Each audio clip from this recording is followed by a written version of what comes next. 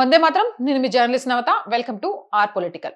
పశ్చిమ బెంగాల్లో ఇటీవల జరిగిన అధికార మార్పిడి మీ అందరికీ తెలిసిందే. అక్కడ టీఎంసీ ప్రభుత్వం కూలిపోయి బీజేపీ అధికారంలోకి వచ్చింది భారీ మెజారిటీ తోటి. అధికారంలోకి వచ్చిన వెంటనే సువేందు అధికారిని ముఖ్యమంత్రిగా నియమించింది. బాధ్యతలు స్వీకరించాడు. బాధ్యతలు స్వీకరించిన మరుక్షణం నుంచి ఆయన ఇచ్చిన మాట నిలబెట్టుకోవడం మొదలుపెట్టారు. ఆయన ఇచ్చిన మొదటి మాట పశ్చిమ బెంగాల్లో అక్రమంగా నివసిస్తున్న వలసదారుల్ని ఏరివేస్తాం. ఆయన ఇచ్చిన మొదటి మాట ఇది. ఆ మాటను నిలబెట్టుకుంటూ అక్రమ వలసదారుల ఏరివేతపై ఆయన ప్రత్యేక దృష్టి సారించారు. ఇక అక్రమ వలసదారులను అరెస్టు చేసి జైళ్లలో పెట్టి దేశ ప్రజల పన్నుల సొమ్ముతో వారికి ఉచితంగా తిండి, బట్టలు, వైద్యం ఇవేవి అందించడం కుదరదు. పోలీసు అధికారులకు చాలా స్పష్టంగా చెప్పారు. వారేం మన దేశానికి అల్లుళ్ళు కాదు, లేకపోతే చుట్టాలు కాదు. వాళ్ళని తీసుకొచ్చి మనం మేపాల్సిన అవసరం లేదు. ఎవరైతే అక్రమ వలసదారుడు అని మీరు గుర్తిస్తారో వాడిని ప్యాక్ చేసి బార్డర్ లో ఉన్న బిఎస్ఎఫ్ కి అప్పచెప్పండి. వాళ్ళే బార్డర్ బయట ఇసురు కొడతారు. ఇక నూతన ప్రభుత్వం అమలు చేస్తున్న 3D విధానం అంటే డిటెక్ట్, డిటైన్, డిపార్ట్, గుర్తించడం, నిర్బంధించడం, తిప్పి పంపడం.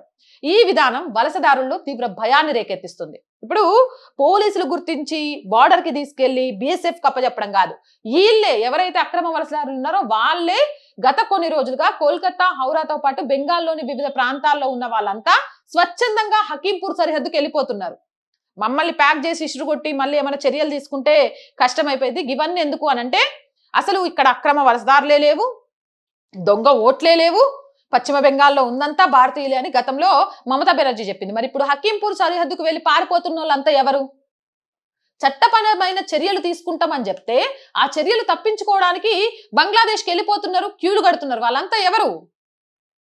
ఈ అక్రమ వలసదారుల్ని గుర్తించడానికి అన్ని జిల్లాలలో హోల్డింగ్ సెంటర్లను ఏర్పాటు చేసి ఆ హోల్డింగ్ సెంటర్స్ ద్వారా దొరికితే జైలు శిక్ష పడుతుందేమో అనే భయంతో సరిహద్దులకు పరుగులు తీస్తున్నారు. అయితే వీళ్ళు సరిహద్దులకు పరుగులు తీయడానికి కూడా సువేందు అధికారి మాట్లాడిన వ్యాఖ్యలు చాలా విస్తృతంగా వైరల్ అయ్యాయి.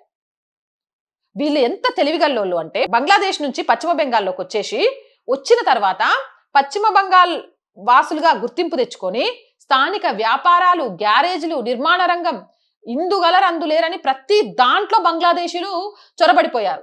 స్థానికంగా ఉన్న వాళ్ళకి ఉపాధి కూడా కరువయ్యేలాగా చేశారు. ముఖ్యంగా నార్త్ 24 పరిగణాస్ జిల్లాలో హకీంపూర్ సరిహద్దు చెక్ పోస్ట్, ఈ చెక్ పోస్ట్ దగ్గర ఇప్పుడు వందలాది బంగ్లాదేశ్ అక్రమ వలసదారులు బంగ్లాదేశ్ తిరిగి వెనక్కి వెళ్ళడానికి బిఎస్ఎఫ్ ఏర్పాట్లు చేస్తుంది. వాళ్ళు కూడా స్వచ్ఛందంగా వెళ్ళిపోతున్నారు. మేము ఇక్కడ వాళ్ళం కాదు. ఎలా గుర్తుపడుతున్నారంటే వేలిముద్ర, ఐరిస్ వంటి బయోమెట్రిక్ వివరాలను డిజిటల్ రికార్డులకు నమోదు చేస్తున్నారు.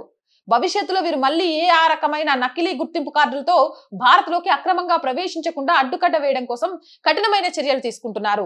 ఇటువంటి చాలా మంది అక్రమ వలసదారుల్ని స్థానిక న్యూస్ ఛానల్స్ ఇంటర్వ్యూలు చేస్తూ ఉంటే కొందరేమో మేము బంగ్లాదేశ్ నుండి వచ్చాం, మాకు రేషన్ కార్డు, ఆధారు, ఓటర్ గుర్తింపు కార్డు మమత టీఎంసీ కార్యకర్తలు ఏర్పాటు చేశారని బాహాటంగా చెప్తున్నారు. దీనికి బదులుగా టీఎంసీకి ఓటు వేయండి అని మాత్రమే వాళ్ళు చెప్పారని, సంవత్సరాలుగా ప్రభుత్వ పథకాలు డబ్బు తీసుకుంటున్నాం, ఓట్లు వేస్తున్నాం అని చెప్తున్నారు. కొందరేమో బీజేపీ 5 సంవత్సరాల అధికారంలో ఉంటుంది కదా, ఆ తర్వాత మళ్ళీ మమత వస్తుంది, మేము వెనక్కి వస్తామని ధైర్యంగా చెప్తున్నారు. ఇక ఇంకొక కుటుంబం మేము చాలా సంవత్సరాల క్రిందట వచ్చేసాం, మాకు గుర్తింపు పత్రాలు లేవు, కానీ నాకు మరియు నా భర్తకు కూడా ముజీబుర్ మెంబర్ అనే టీఎంసీ నేత కార్పొరేషన్ లో ఉద్యోగాలు ఇప్పించాడని చెప్పారు. ఇప్పుడు ఈ పత్రాలు అడిగితే ఎలా అని అంటున్నారు. వాళ్ళు చెప్పిన విషయాలు చూస్తుంటే దిమ్మ తిరిగిపోతోంది.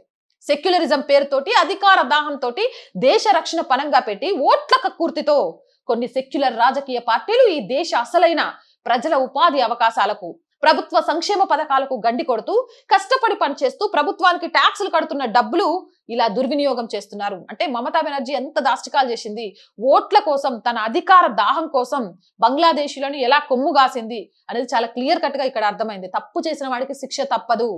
గతంలోనట మన పెద్దలు చెప్పేవాళ్ళు మనం చేసిన కర్మల్ని మన పిల్లలు అనుభవించేవాళ్ళని, కానీ ఇప్పుడు అది కాదు బాస్, కలియుగం. మనం చేసిన కర్మ మనమే అనుభవించిపోవాలి. మమతా బెనర్జీ ఇంకా అనుభవిస్తుంది అంటున్నారు. మరి మీరేమంటారు? మీ అభిప్రాయం ఏంటి? కామెంట్ చేయండి. జై హింద్, జై భారత్. అండ్ రోజు చెప్తుందేనండి, R group of channels, R voice, R political, R Sanskriti 3 మన ఛానల్సే. So please subscribe our channels. Content బాగుంది అనిపిస్తే లైక్ చేయండి, షేర్ చేయండి. మీ అభిప్రాయం ఏదైనా కామెంట్ చేయండి. అండ్ ఆర్థికంగా ఆర్ వాయిస్ కి చేయూతనందించండి. మీరు చేస్తున్న ఆర్థిక సహాయం వల్ల మాత్రమే ఈ ఛానల్ నడుస్తుంది. అలాగే సపోర్ట్ చేస్తారని ఆశిస్తున్నాం. ఆర్థికంగా సపోర్ట్ చేయాలి అంటే సబ్స్క్రిప్షన్ పక్కనే జాయిన్ అనే బటన్ ఉంది. 1 to 5 లెవెల్స్ ఉన్నాయి. ఏదో ఒక లెవెల్లో సపోర్ట్ చేయండి. స్క్రీన్ మీద గూగుల్ పే, ఫోన్ పేతో పాటు అకౌంట్ డీటెయిల్స్ ఉన్నాయి. మీకు తోచిన సహాయాన్ని అందించండి. వ్యాపార ప్రకటనల కోసం 8328 500 576 నెంబర్ని సంప్రదించండి. జై హింద్, జై భారత్.